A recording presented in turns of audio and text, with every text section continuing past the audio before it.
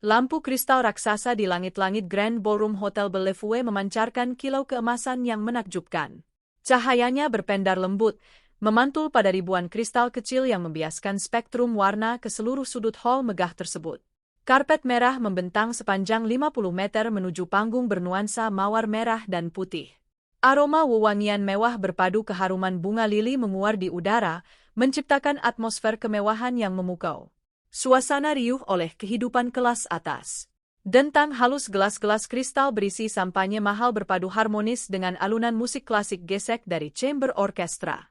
Para tamu, terdiri dari pengusaha, pejabat, hingga sosialite papan atas, tampak anggun memakai topeng berukir emas dan perak. Malam ini adalah Royal Masquerade, pesta ulang tahun spektakuler yang dirancang menjadi perbincangan hangat di kalangan elit. Di pusat panggung utama, berdiri seorang pria paruh baya bernama Hendra.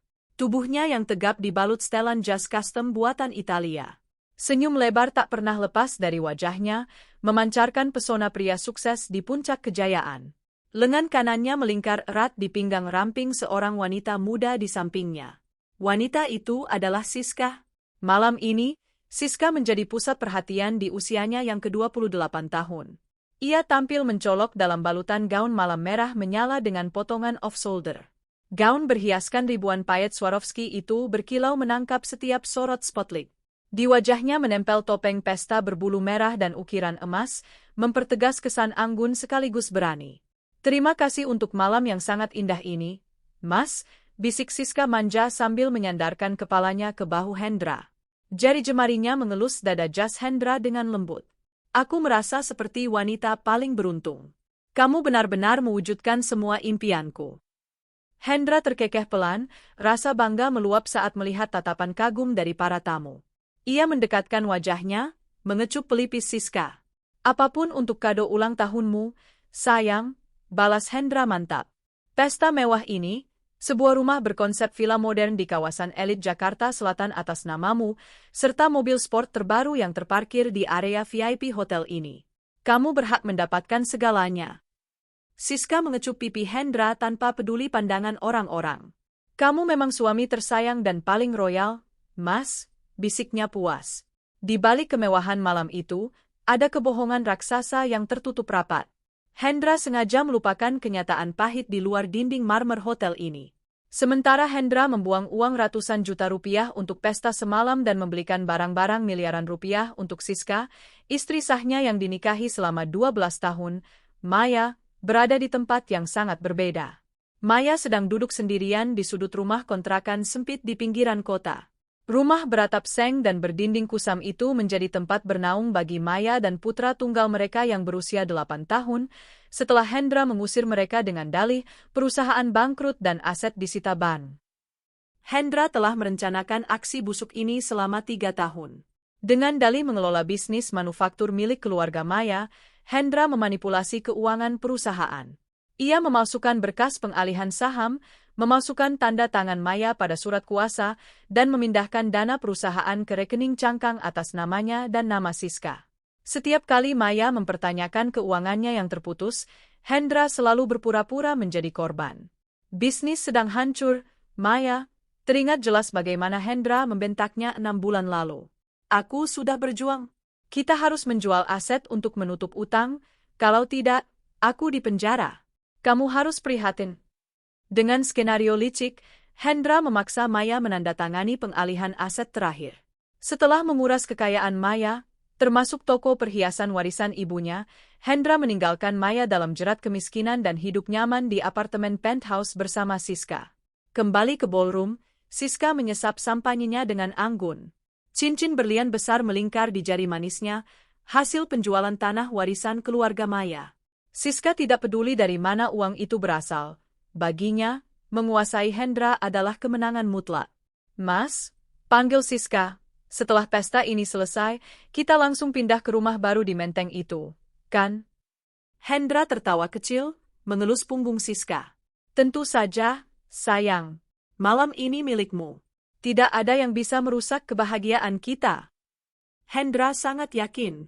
Di matanya, Maya adalah wanita lemah yang sudah hancur. Namun, Hendra tidak menyadari bahwa di balik diamnya Maya, sedang tertenun sebuah pembalasan yang sangat rapi, dingin, dan mematikan. Jam dinding hotel menunjukkan pukul 20.45. Hendra mengangkat gelas sampanyenya tinggi-tinggi untuk memulai sesi toast, tanpa menyadari bahwa hitungan mundur menuju kehancurannya telah dimulai. Pukul 9 malam pas, atmosfer di dalam Grand Ballroom Hotel Bellevue mencapai puncaknya. Musik gesek klasik meredup perlahan, berganti dengan lantunan lagu instrumental yang lembut dan romantis. Lampu-lampu utama di langit-langit meredup secara dramatis, menyisakan sorotan lampu spotlight putih yang terarah penuh ke panggung utama.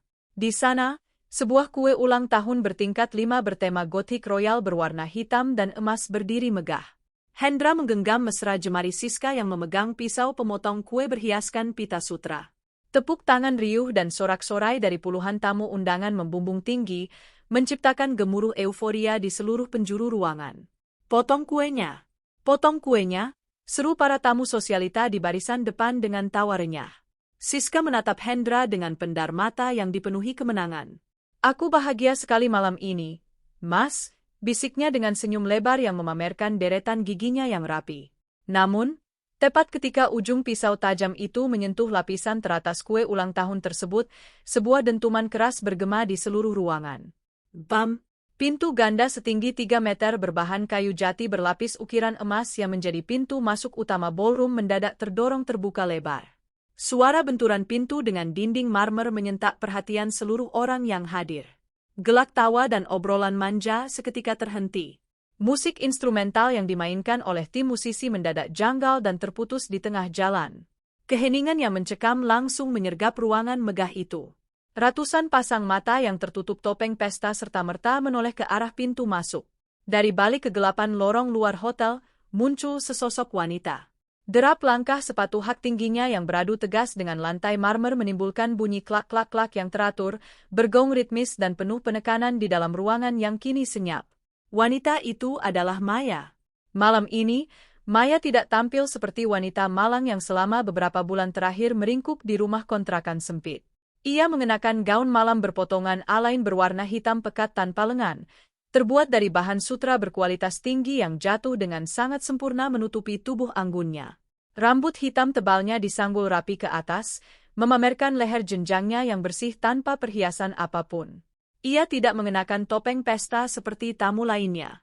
Wajahnya dipoles riasan tipis yang mempertegas tulang pipinya yang tegas, sementara matanya menatap lurus ke arah panggung dengan tatapan yang sangat dingin, tenang, dan tajam bagai sembilu. Di belakang Maya, berbaris 8 orang pria dan wanita berseragam resmi dinas pengadilan dengan emblem kehakiman yang membordir dada kiri mereka. Tak hanya itu, di samping kanan dan kiri para petugas pengadilan tersebut, melangkah 4 orang pria berjas hitam rapi dengan potongan rambut papras pendek, tim pengacara papan atas, yang masing-masing memegang map dokumen tebal berlapis kulit. Para tamu undangan mulai berbisik-bisik kasak-kusuk. Suasana elegan pesta seketika berubah menjadi kaku dan dipenuhi teka-teki. Siapa wanita itu? Mengapa dia tidak pakai topeng? Siapa orang-orang berseragam di belakangnya? Apa ada razia? Tunggu, bukankah itu Maya? Istri sahnya Hendra yang dikabarkan depresi dan bangkrut itu. Hendra berdiri membeku di atas panggung. Pisau pemotong kue di tangannya nyaris terlepas. Matanya membelalak lebar melihat sosok wanita yang sangat ia kenal, namun dengan aura yang sama sekali tidak pernah ia saksikan sebelumnya. Rasa panik mendadak menyengat dada Hendra, menjalar cepat hingga ke ujung jari-jarinya. Siska menggenggam lengan Hendra dengan erat, kuku-kuku bahagianya kini menancap cemas ke kain jas mahal pria itu. "Mas, siapa mereka? Kenapa wanita kampungan itu bisa masuk ke sini? Mana tim security hotel?" tuntut Siska dengan nada panik yang tak bisa disembunyikan. Maya terus melangkah maju. Garis jalan yang dilaluinya membuat para tamu sosialita di kanan dan kirinya refleks melangkah mundur, memberikan jalan seolah sedang membelah lautan manusia. Langkah Maya baru berhenti tepat di garis batas depan panggung utama, hanya berjarak 5 meter dari tempat Hendra dan Siska berdiri. Hendra berusaha menguasai dirinya. Ia melepaskan pegangan tangan Siska pada pisau kue, lalu melangkah ke depan panggung dengan wajah memerah menahan rasa malu dan amarah yang membakar. "Maya, mau apa kamu kesini?" bentak Hendra dengan suara tertahan, berusaha menjaga volume suaranya agar tidak terdengar seperti jeritan keputusasaan. Siapa yang mengizinkanmu masuk? Ini acara privat. Ini pesta ulang tahun Siska. Jangan bikin malu dan merusak suasana di depan tamu-tamu terhormatku. Maya menyunggingkan senyum tipis di bibirnya, sebuah senyum yang sangat tenang namun sanggup membuat bulu kuduk siapapun yang melihatnya berdiri. Ia memiringkan kepalanya sedikit, menatap Hendra dan Siska secara bergantian dengan tatapan kasihan. Bikin malu, Hendra? Suara Maya mengalun renyah, jernih, dan terdengar jelas oleh orang-orang di barisan depan meskipun tanpa mikrofon. Aku justru datang jauh-jauh malam ini untuk memberikan hadiah yang paling berharga dan tidak akan pernah kalian lupakan seumur hidup. Maya melirik ke arah Siska yang berdiri gemetar di samping kue mewahnya. Selamat ulang tahun, Siska, lanjut Maya dengan nada suara manis yang terkesan menyindir tajam. Kudengar kamu sangat menyukai barang-barang mewah hasil keringat orang lain. Malam ini, aku membawa seluruh kejutan itu langsung ke hadapanmu. Sebelum Hendra sempat memanggil petugas keamanan hotel untuk mengusir Maya, salah seorang pria berjas rapi di samping Maya melangkah maju satu tapak. Pria itu membuka kancing jasnya, mengambil sebuah mikrofon nirkabel yang berada di podium samping panggung, lalu menyalakannya. Aura interupsi malam itu berganti sepenuhnya dari pesta perayaan menjadi sebuah panggung eksekusi. Pria berjas rapi yang mengambil alih mikrofon di samping panggung itu melangkah dengan wibawa yang mendominasi seluruh ballroom. Perawakannya tegap, usianya sekitar akhir 40-an, dengan tatapan mata yang tajam dan dingin di balik kacamata berbingkai titaniumnya. Beberapa tamu di barisan terdepan mendadak tersentak kaget saat mengenali wajah pria tersebut. Berbisik-bisik ketakutan mulai merambat cepat di antara kerumunan para pengusaha. Tunggu, bukankah itu Lukman Hakim? Pengacara papan atas dari law firm ternama itu? Pria yang tak pernah kalah di kasus hukum pidana keuangan dan pencucian uang. Kenapa pengacara sekelas dia ada di sini bersama istri Hendra? Lukman membetulkan letak kacamatanya, lalu berdeham pelan.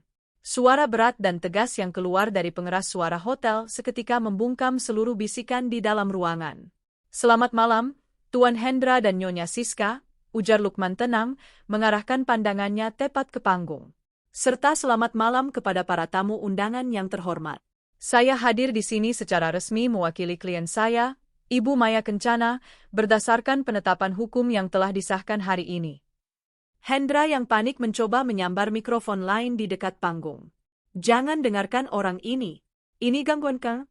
Security, mana keamanan hotel? Kenapa orang luar dibiarkan mengacaukan pesta pribadi saya? Namun, dua pria berbadan tegap yang mengawal Lukman langsung berdiri memagari akses ke panggung dengan tenang, memblokir gerakan Hendra. Tuan Hendra, mohon tenang dan jangan memotong, sela Lukman dingin tanpa menghentikan ucapannya. Kedatangan kami ke pesta mewah ini didampingi langsung oleh jurusita pengadilan negeri, petugas pengadilan agama, serta pihak kepolisian Republik Indonesia. Kami di sini untuk membacakan dan mengeksekusi secara langsung surat penetapan sita marfual dan eksekusi penjaminan aset nomor 402 PDTG 2026 yang dikeluarkan resmi oleh pengadilan. Siska yang berdiri di samping kue ulang tahunnya yang megah meremas gaun merahnya. Wajahnya yang penuh riasan tebal kini nampak menegang. Ia melangkah maju ke tepi panggung, menunjuk Lukman dengan jari berukir ket kuku merahnya yang gemetar. Penyitaan apa? Jangan asal bicara ya. Kamu tahu berapa biaya untuk menyewa tempat ini? Pesta ini, gaun ini, semuanya dibeli pakai uang Mas Hendra. Uang hasil keringat dia sendiri sebagai pengusaha sukses. Wanita gila di sebelahmu itu cuma iri karena sudah diceraikan, seru Siska dengan nada melengking histeris. Lukman menyunggingkan senyum tipis, sebuah senyum khas praktisi hukum yang memegang kartu truf mematikan. Benar sekali, Nyonya Siska. Seluruh kemewahan pesta malam ini dibeli menggunakan modal yang dipegang oleh Tuan Hendra, sahut Lukman, suaranya tetap jernih dan terkontrol.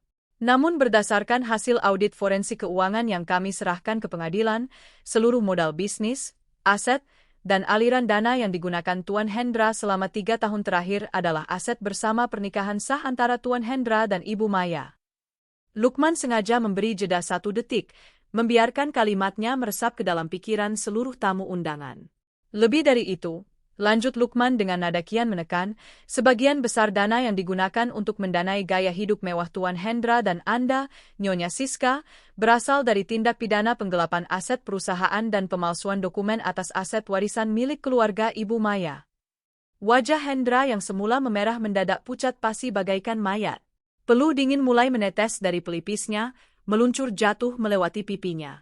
Ia menggelengkan kepala secara refleks. Bohong. Itu fitnah. Semua bisnis itu milikku, raung Hendra gagap, suaranya kini bergetar hebat.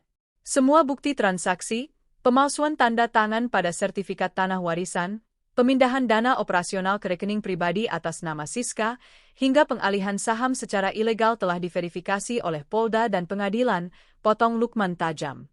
Pengadilan telah memutuskan untuk membekukan seluruh rekening atas nama Hendra dan Siska, serta menyita seluruh aset bernilai yang dibeli menggunakan uang hasil kejahatan tersebut. Lukman membalikkan badan sedikit ke arah pria berseragam resmi pengadilan di sampingnya.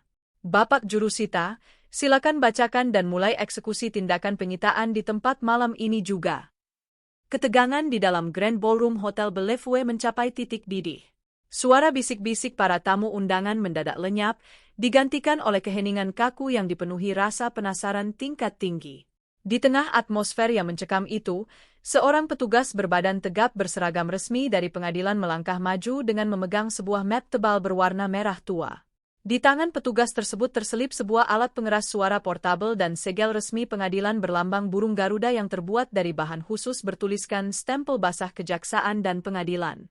Atas nama hukum dan putusan pengadilan yang telah berkekuatan hukum tetap, kami selaku jurusita pengadilan negeri akan melaksanakan eksekusi penyitaan marfual di tempat malam ini, ucap sang petugas jurusita dengan suara tegas yang menggema ke seluruh sudut ruangan.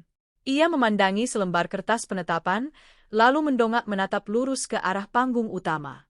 Penyitaan ini mencakup seluruh aset bergerak maupun tidak bergerak yang terbukti dibeli menggunakan dana tindak pidana pencucian uang dan penggelapan dana milik Ibu Maya Kencana yang dikuasai secara melawan hukum oleh Tuan Hendra Atmaja dan Saudari Siska Wijaya.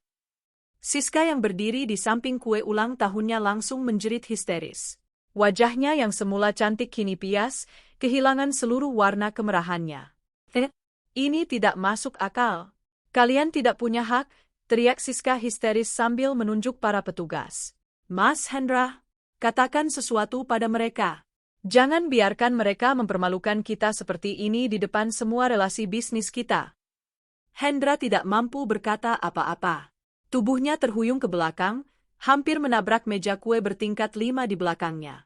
Mulutnya terbuka setengah, namun tidak ada satupun suara yang keluar dari tenggorokannya yang mendadak kering. Pria itu tahu betul bahwa dokumen dan stempel resmi yang dibawa para jurusita bukanlah gertakan main-main. Belum sempat Siska melanjutkan protesnya, salah satu pengacara di tim Lukman memberikan isyarat dengan mengangkat tangannya ke arah balkon pengatur suara ballroom. Seketika itu juga, layar proyektor raksasa berukuran 6 meter yang biasa digunakan untuk presentasi perusahaan di aula tersebut mendadak menyala terang. Layar itu beralih fungsi dari menampilkan foto kemesraan Hendra dan Siska menjadi siaran langsung dari kamera pengawas atau CCTV area parkir VIP lantai bawah hotel. Di layar lebar tersebut, terpampang jelas sebuah mobil sport mewah berwarna merah terang keluaran terbaru, mobil mewah yang dihadiahkan Hendra sebagai kado utama ulang tahun Siska malam ini. Mobil berharga miliaran rupiah itu tampak terparkir tepat di slot VVIP nomor 1, dihiasi pita merah besar di atas kapnya. Namun, pemandangan di sekitar mobil itu membuat seluruh tamu undangan terperanjat. 3 orang petugas berseragam pengadilan didampingi 2 anggota kepolisian bersenjata lengkap tampak berdiri mengelilingi mobil sport tersebut. Salah seorang petugas jurusita memegang lembaran stiker berukuran raksasa berwarna merah terang dengan tulisan tebal hitam, diseta dalam pengawasan dan penyitaan pengadilan negeri. Klik! Melalui siaran langsung di layar proyektor, tampak petugas dengan tenang merobek lapisan pelindung stiker tersebut lalu menempelkannya secara melintang tepat di kaca depan mobil sport merah milik Siska. Stiker segel pengadilan itu menutupi sebagian besar pandangan kaca kemudi, memastikan bahwa kendaraan mewah tersebut tidak akan pernah bisa dipindahkan, dijual, atau dikemudikan lagi oleh siapapun tanpa izin tertulis dari pengadilan. Mobilku, mobil sport kesayanganku, jerit Siska histeris sejadi-jadinya. Ia menjambak rambutnya sendiri, hancur seketika melihat kado impiannya disegel secara telak di hadapan ratusan pasang mata relasi bisnis kelas atas. Maya berdiri di tepi panggung, melipat kedua tangannya di dada dengan anggun. Matanya menatap tajam ke arah layar proyektor, lalu beralih menatap Siska yang kini terduduk lemas meratapi nasib kendaraannya yang telah berpindah status menjadi barang bukti sitaan negara. Itu baru permulaan, Siska, ucap Maya dengan nada suara rendah namun dingin, menusuk langsung ke telinga Siska yang tengah menangis histeris. Kado ulang tahunmu yang lain masih tersimpan rapi di badanmu dan di tempat-tempat yang akan kita kunjungi berikutnya. Hendra yang melihat kehancuran di depan matanya mencoba bangkit dari rasa syok. Dengan napas memburu dan wajah merah pada menahan malu, ia mencoba melangkah maju untuk merebut mikrofon. Namun barisan petugas pengadilan kembali menutup rapat jalur ke arahnya, memastikan bahwa malam itu tidak ada jalan keluar bagi kebohongan yang telah ia bangun selama bertahun-tahun. Jeritan histeris Siska meredup, berganti menjadi isak tangis yang tertahan saat bayangan mobil sport merahnya yang telah tersegel stiker pengadilan terus terpampang di layar proyektor raksasa. Para tamu undangan di ballroom mulai saling berbisik tajam, beberapa di antaranya terang-terangan mengambil ponsel pintar mereka untuk merekam momen kehancuran tersebut. Maya melangkah maju 2 tapak. Tumit sepatu hak tingginya bergetar halus di atas lantai kayu panggung. Wajahnya tetap tenang tanpa riak emosi, namun tatapan matanya mengunci penuh pada sosok Siska yang terkulai lemas di dekat panggung. Pandangan Maya kemudian turun, tertuju tepat pada untaian berlian yang melingkar anggun di leher mulus wanita muda itu. Kalung berlian buatan custom senilai 2 miliar rupiah, ujar Maya dengan suara jernih yang membelah keheningan ruangan. Dibeli pada tanggal 14 bulan lalu di sebuah butik perhiasan elit. Pembayarannya dilakukan menggunakan rekening operasional toko perhiasan Kencana, usaha yang didirikan oleh almarhumah ibuku dan kamu kuras habis uangnya, Hendra. Siska refleks menutup lehernya dengan kedua tangan, matanya membelalak ketakutan. Ini milikku. Mas Hendra membelikannya khusus untukku. Bukan cuma kalung itu, Nyonya Siska, sela Lukman sambil membaca lembaran daftar barang bukti di tangannya. Gelang emas putih berhias permata zamrud di pergelangan tangan kiri Anda, 3 buah cincin berlian di jari manis dan telunjuk Anda, serta gaun malam warna merah menyala yang Anda kenakan saat ini. Semuanya dibeli menggunakan kartu kredit korporasi atas nama PT Kencana Gemilang, perusahaan yang tanda tangan pemilik sahnya, yaitu Ibu Maya, telah dipalsukan oleh Tuan Hendra. Seorang petugas wanita dari jurusita pengadilan melangkah mendekati panggung, didampingi 2 polwan berpakaian dinas lengkap. Petugas wanita itu membawa sebuah kotak hitam beralas kain bludru yang biasanya digunakan untuk menyimpan barang bukti bernilai tinggi. Nyonya Siska Wijaya, kata petugas wanita itu tegas namun sopan. Berdasarkan surat penetapan penyitaan nomor 402 PDTG 2026, kami meminta Anda untuk kooperatif dan menyerahkan seluruh perhiasan yang sedang Anda kenakan saat ini sebagai barang bukti tindak pidana pencucian uang.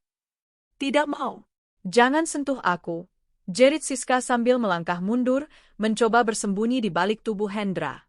Mas, lakukan sesuatu. Aku tidak mau telanjang di depan orang-orang ini. Ini perhiasanku. Ini ulang tahunku. Hendra yang panik mencoba memasang badan. Bapak, Ibu, tolong, ini sudah berlebihan. Bisakah kita selesaikan ini secara kekeluargaan di luar? Mengapa harus melucuti barang-barang di depan umum seperti ini? Petugas polwan melangkah maju dengan wajah dingin. Tuan Hendra, jika Anda mencoba menghalangi tugas eksekusi penyitaan yang sah secara hukum, kami terpaksa mengenakan pasal perintangan penyidikan terhadap Anda. Dan untuk Saudari Siska, jika Anda menolak melepaskannya sendiri, kami memiliki kewenangan hukum untuk menyitanya secara paksa. Atmosfer di dalam ballroom kian menghimpit. Ratusan kamera ponsel milik para tamu kelas atas berkilat-kilat mengabadikan adegan tersebut. Siska melihat sekelilingnya. Teman-teman sosialita yang tadi memujinya kini menatapnya dengan pandangan jijik, cemoohan, dan rasa kasihan yang mengiris hati.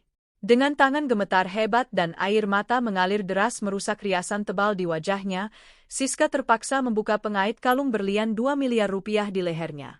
Jemarinya yang kaku melepas gelang zamrud serta satu persatu cincin berlian yang tadi pagi ia pamerkan di media sosialnya. Satu demi satu, benda-benda bernilai fantastis itu diletakkan di atas kain bludru hitam dalam kotak barang bukti dengan bunyi denting halus yang terdengar bagai dentang kematian bagi harga dirinya. Bagaimana dengan gaun yang dia pakai, Bu? Tanya petugas wanita kepada Maya. Maya menatap Siska dari atas ke bawah. Gaun merah menyala yang megah itu kini tampak absurd melekat pada tubuh wanita yang sedang gemetar ketakutan di panggung. Biarkan dia memakainya malam ini, jawab Maya dingin. Setidaknya agar dia ingat, gaun termewah yang pernah ia pakai dalam hidupnya dibayar dari penderitaan seorang ibu dan anak yang ia usir dari rumahnya sendiri. Hendra menyaksikan perhiasan-perhiasan mewah yang baru saja dilucuti dari tubuh Siska dimasukkan ke dalam kotak barang bukti. Rasa malu yang luar biasa membakar dadanya, berganti menjadi keputusasaan yang liar. Pria itu menyadari bahwa jika ia tetap diam, seluruh reputasi, karir, dan masa depannya di dunia bisnis akan musnah malam ini juga tanpa sisa. Dengan wajah memerah padam dan urat-urat leher yang menegang, Hendra membusungkan dada. Ia melangkah maju satu tapak ke tepi panggung, mencoba menggunakan perawakannya untuk menggertak Maya. Maya, cukup. Kamu sudah gila, ya? Bentak Hendra dengan suara melengking, mencoba mengintimidasi. Kamu tidak bisa melakukan tindakan semena-mena seperti ini. Jangan pura-pura lupa, aku ini masih suamimu yang sah secara hukum. Kalau ada masalah keuangan dalam rumah tangga kita bisa bicarakan ini baik-baik di rumah. Bukan dengan cara licik membawa polisi dan wartawan untuk merusak acaraku seperti ini. Maya tidak bergeming sedikit pun. Ia tidak mundur selangkah pun saat Hendra membentaknya. Justru, sebuah tawa halus mengalun dari bibirnya, suara tawa yang begitu renyah, namun menyimpan rasa kekecewaan mendalam yang kini telah melipat gandakan kekuatannya. Suami, ulang Maya santai, suaranya jernih dan tegas memotong gertakan Hendra. Suami model apa yang memasukkan surat kuasa tanah warisan almarhum orang tuaku, Hendra? Suami macam apa yang tega memindahkan seluruh dana rekening tabungan pendidikan anak kandungnya sendiri demi membiayai apartemen penthouse dan gaya hidup wanita ini? Maya tidak membiarkan Hendra membela diri.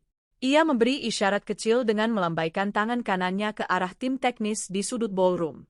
Dalam hitungan detik, siaran langsung penyegelan mobil di layar proyektor raksasa mendadak berganti. Layar besar berukuran 6 meter itu kini menampilkan tumpukan dokumen hasil audit forensik keuangan yang sangat terperinci.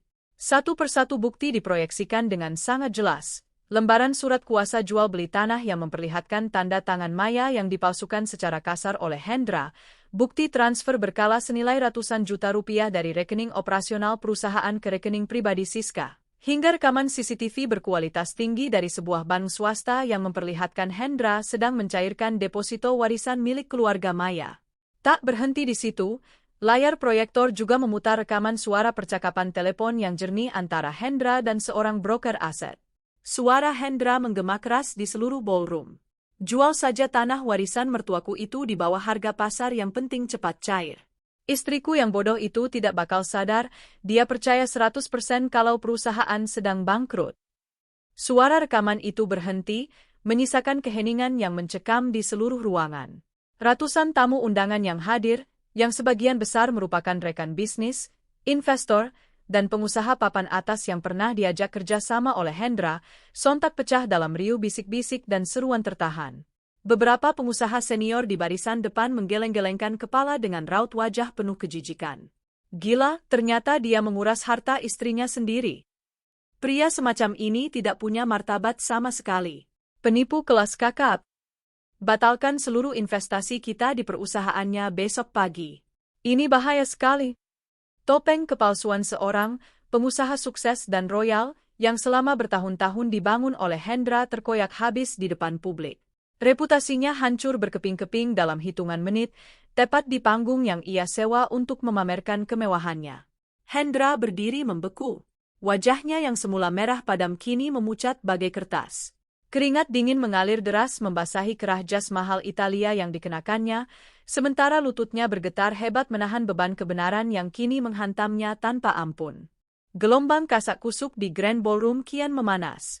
Pandangan jijik dan cemoohan dari para pebisnis serta sosialita papan atas tertuju lurus kepada Hendra dan Siska. Topeng kemewahan mereka telah hancur sepenuhnya di bawah sorotan lampu panggung. Siska, yang masih gemetaran setelah seluruh perhiasannya dilucuti, merangkak mendekati Hendra. Ia memegang ujung celana jas pria itu dengan wajah sembab.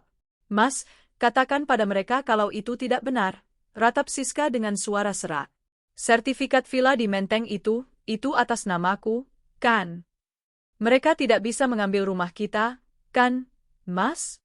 Maya melangkah pelan mendekati sisi panggung, menatap Siska dari ketinggian dengan tatapan dingin tanpa belas kasihan. Bukan cuma barang di badanmu atau mobil di parkiran VIP, Siska, potong Maya, suaranya mengalun tenang namun bergema tegas. Sertifikat rumah mewah di kawasan Menteng yang kamu bangga-banggakan itu? Berkas kepemilikannya sudah dibatalkan oleh Badan Pertanahan Nasional sore tadi.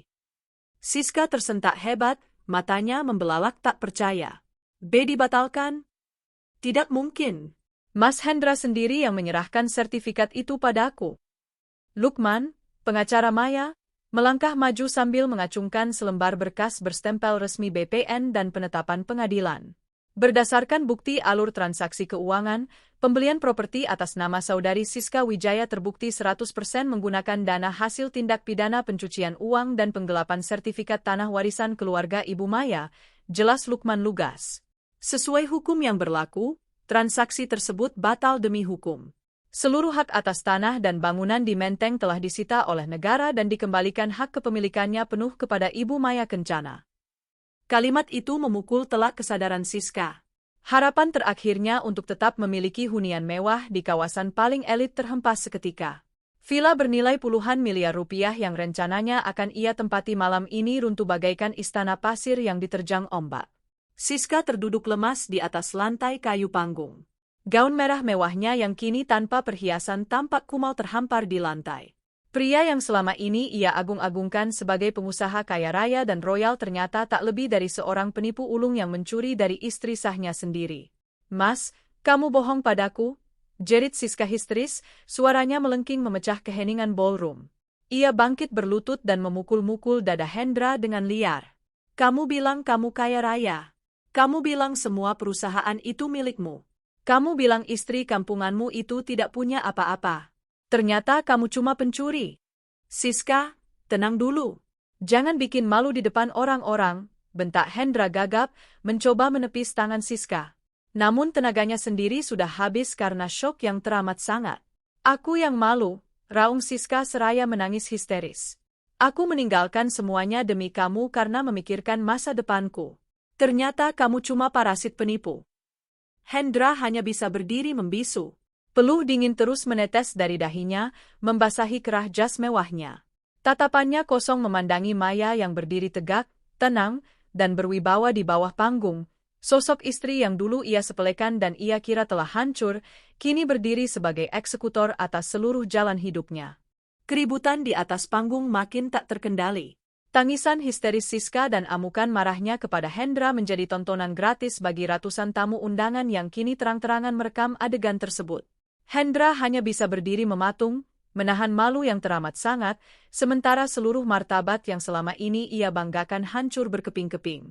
Di tengah kekacauan itu, derap langkah kaki tergesa-gesa terdengar dari arah pintu samping panggung. Seorang pria berjas rapi dengan nametag emas bertuliskan, General Manager, melangkah cepat menghampiri panggung. Di belakangnya, mengikut 4 orang petugas keamanan hotel berbadan tegap dengan wajah tegang. Pria itu adalah Pak Ridwan, manajer umum Hotel Bellevue. Wajahnya yang biasa ramah dan penuh senyum profesional kini tampak sangat tegang dan dingin. Melihat situasi hukum yang terjadi, serta kehadiran petugas pengadilan dan polisi, pihak manajemen hotel tidak mau mengambil risiko mengalami kerugian finansial yang besar. Pak Ridwan naik ke atas panggung, melangkah melintasi Siska yang masih terseduh-seduh di lantai, lalu berhenti tepat di hadapan Hendra. Tuan Hendra Atmaja, panggil Pak Ridwan dengan suara tegas yang tidak bisa dibantah. Hendra menoleh perlahan dengan tatapan kusam dan bingung. Pak Ridwan, tolong amankan acara ini. Orang-orang ini mengacaukan pesta saya. Maaf, Tuan Hendra, potong Pak Ridwan cepat tanpa kompromi. Kami baru saja menerima pemberitahuan resmi dari pihak kepolisian dan pengadilan negeri bahwa seluruh rekening bank milik Anda, perusahaan Anda, serta saudari Siska Wijaya telah dibekukan secara resmi oleh negara malam ini. Hendra menelan ludah secara kasar. Tenggorokannya terasa kaku. Lalu, Pak Ridwan mengeluarkan sebuah kertas tagihan tebal berkop surat resmi Hotel Bellevue dari dalam saku jasnya. Mengingat status rekening Anda yang dibekukan dan adanya dugaan tindak pidana kejahatan keuangan, kami dari pihak manajemen hotel tidak dapat melanjutkan fasilitas catering dan sewa Grand Ballroom ini dengan sistem pembayaran tempo, ujar Pak Ridwan lugas. Sesuai dengan kontrak, sisa pembayaran sewa hall, dekorasi royal masquerade, menu catering VIP, serta minuman bernilai total Rp450 juta harus dilunasi malam ini juga secara tunai atau transaksi yang sah.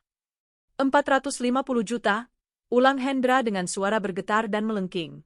Pak Ridwan, beri saya waktu sampai besok pagi. Saya pasti akan melunasinya. Pak Ridwan menggelengkan kepala secara tegas. Tidak bisa, Tuan Hendra. Mengingat seluruh aset Anda dalam proses penyitaan dan rekening Anda dibekukan, kami tidak bisa menerima janji pembayaran di kemudian hari.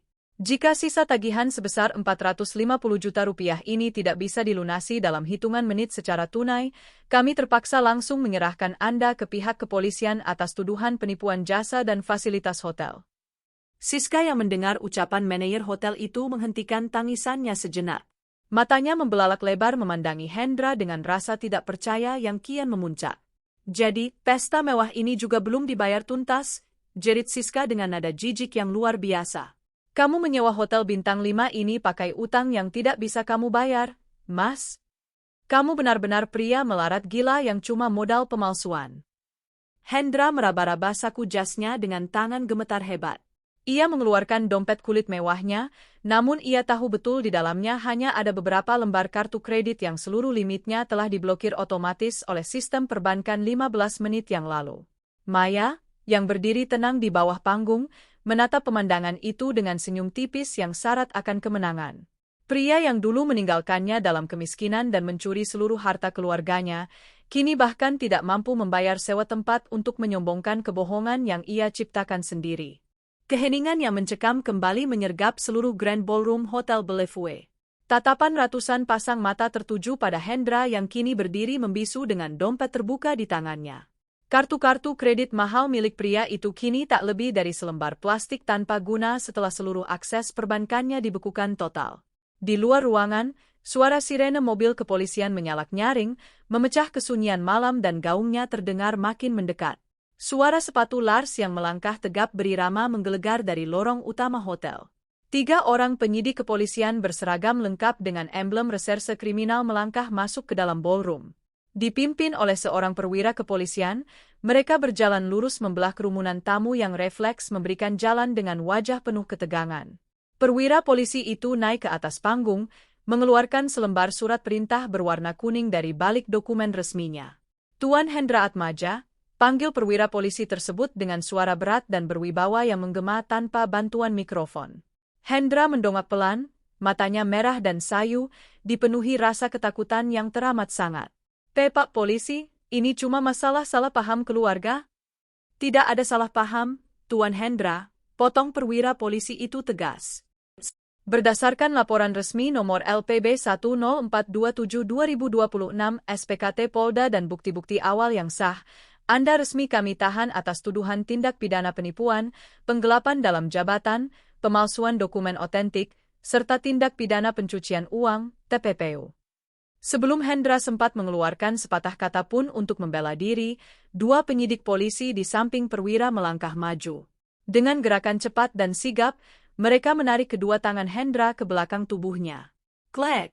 Bunyi denting logam borgol yang saling terkunci menggemakan kepastian di atas panggung. Kedua pergelangan tangan Hendra yang terbalut jas mahal buatan Italia itu kini terikat erat oleh sepasang borgol baja yang dingin. Lepaskan! Saya pengusaha terhormat. Kalian tidak bisa memperlakukan saya seperti ini, raung Hendra histeris. Ia mencoba memberontak, namun pegangan kokoh para petugas kepolisian mengunci gerakannya dengan rapat. Siska yang melihat Hendra di borgol refleks merangkak mundur di lantai, berusaha menyembunyikan wajahnya yang hancur berantakan oleh tangisan. Namun, seorang polisi wanita, Polwan, berbadan tegap melangkah mendekatinya. Saudari Siska Wijaya, ujar Polwan tersebut sambil memegang bahu Siska. Anda juga kami amankan untuk dimintai keterangan di kantor kepolisian atas dugaan keterlibatan dan penerimaan aliran dana hasil tindak pidana pencucian uang. Hah? Aku tidak tahu apa-apa. Aku cuma korban penipuan pria ini, jerit Siska histeris seraya mencoba melepaskan cengkeraman Polwan. Namun usahanya sia-sia. Ia dipaksa berdiri dan dikawal ketat di bawah tatapan cemooh ratusan tamu undangan yang ia undang sendiri untuk memamerkan kejayaannya. Layar proyektor raksasa di belakang panggung masih menyala terang, memantulkan tulisan penetapan penyitaan dan bukti-bukti kejahatan mereka. Pesta ulang tahun yang digadang-gadang sebagai perayaan royal maskurade paling mewah dan spektakuler tahun ini runtuh sepenuhnya. Tempat yang semula dirancang untuk memamerkan kekayaan dan kemewahan palsu itu berubah menjadi panggung penangkapan dan kehancuran dua orang penipu. Suara tangisan histeris Siska dan teriakan frustrasi Hendra bergema di seluruh sudut Grand Ballroom Hotel Bellevue. Sepasang borgol baja yang mengikat erat pergelangan tangan Hendra menjadi titik akhir dari seluruh kebohongan, kemewahan palsu, dan kejahatan yang telah dibangunnya selama bertahun-tahun. Para tamu undangan, yang semula hadir untuk memberi ucapan selamat dan menikmati pesta kemewahan, kini berdiri mematung dengan kilatan lampu kamera ponsel yang tak henti-hentinya mengabadikan momen kehancuran tersebut. Di tengah suasana yang riuh dan penuh kekacauan itu, Maya tetap berdiri tegak. Gaun hitam polos yang dikenakannya memancarkan keanggunan yang tenang namun dominan. Tidak ada raut kemarahan yang meluap-luap di wajahnya, tidak ada pula air mata kelemahan seperti yang biasa Hendra lihat beberapa bulan lalu di rumah kontrakan sempit mereka. Yang tersisa pada diri Maya malam ini hanyalah ketabahan seorang wanita yang telah melewati badai terkelam dalam hidupnya dan keluar sebagai pemenang mutlak. Dengan gerakan yang sangat santai dan anggun, Maya mengulurkan tangan kanannya. Ia mengambil satu gelas kristal berisi sampanye mahal dari atas nampan seorang pelayan hotel yang berdiri terpaku tak jauh dari panggung. Maya melangkah perlahan naik ke atas panggung utama, membelah barisan petugas pengadilan yang secara refleks memberinya jalan. Langkah kakinya begitu mantap, bergong tenang di antara riuhnya suara kamera dan bisik-bisik para tamu. Ia berhenti tepat di hadapan Hendra dan Siska yang kini terkulai pasrah di bawah kawalan ketat pihak kepolisian. Hendra menatap Maya dengan mata memerah, basah oleh keringat dingin dan air mata penyesalan. Bisik Hendra dengan suara serak yang hampir habis. Maafkan aku, Maya, tolong cabut laporannya. Kasihan anak kita, pikirkan masa depan anak kita. Maya menyunggingkan senyum tipis, sebuah senyum yang sangat dingin dan tak tersentuh oleh permohonan pria di depannya. Anak kita? Tanya Maya dengan nada suara jernih yang memotong ratapan Hendra. Kamu baru mengingat anakmu setelah kedua tanganmu terikat borgol, Hendra? Kemana ingatanmu tentang anak kita saat kamu menguras tabungan pendidikannya demi membelikan mobil sport dan rumah mewah untuk wanita ini? Kemana pikiranmu saat kamu mengusir kami berdua ke rumah kontrakan yang bocor demi menutupi aksi pencurianmu? Hendra tertunduk dalam, tak sanggup menatap mata istri sah yang telah ia khianati.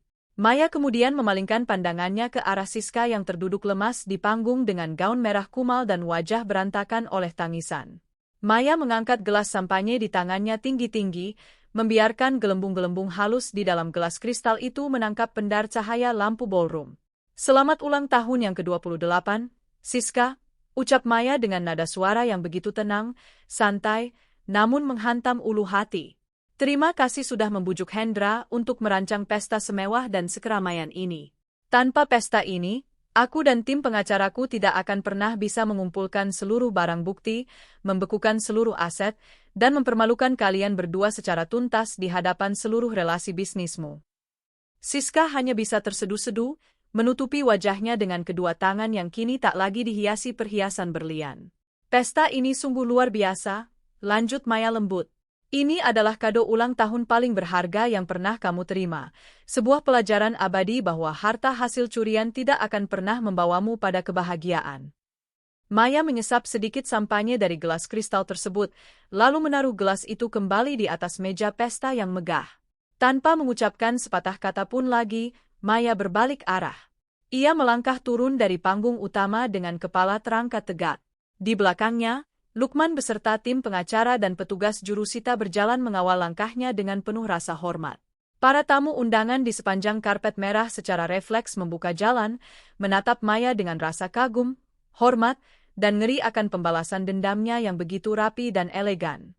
Saat Maya melangkah keluar melewati pintu ganda ballroom yang terbuka lebar, suara tangisan histeris Siska yang terseret petugas dan teriakan penyesalan Hendra yang memanggil-manggil namanya bersahut-sahutan di dalam ruangan. Namun Maya tidak sekalipun menoleh ke belakang. Di luar gedung hotel, angin malam menyapa wajahnya dengan sejuk. Malam ini, keadilan telah ditegakkan. Seluruh hak, warisan orang tua, dan masa depan putra tunggalnya telah kembali sepenuhnya ke tangannya. Maya tersenyum menatap langit malam yang cerah, melangkah masuk ke dalam mobilnya untuk menyambut lembaran hidup yang baru, hidup yang sepenuhnya bebas dari penipuan dan pengkhianatan.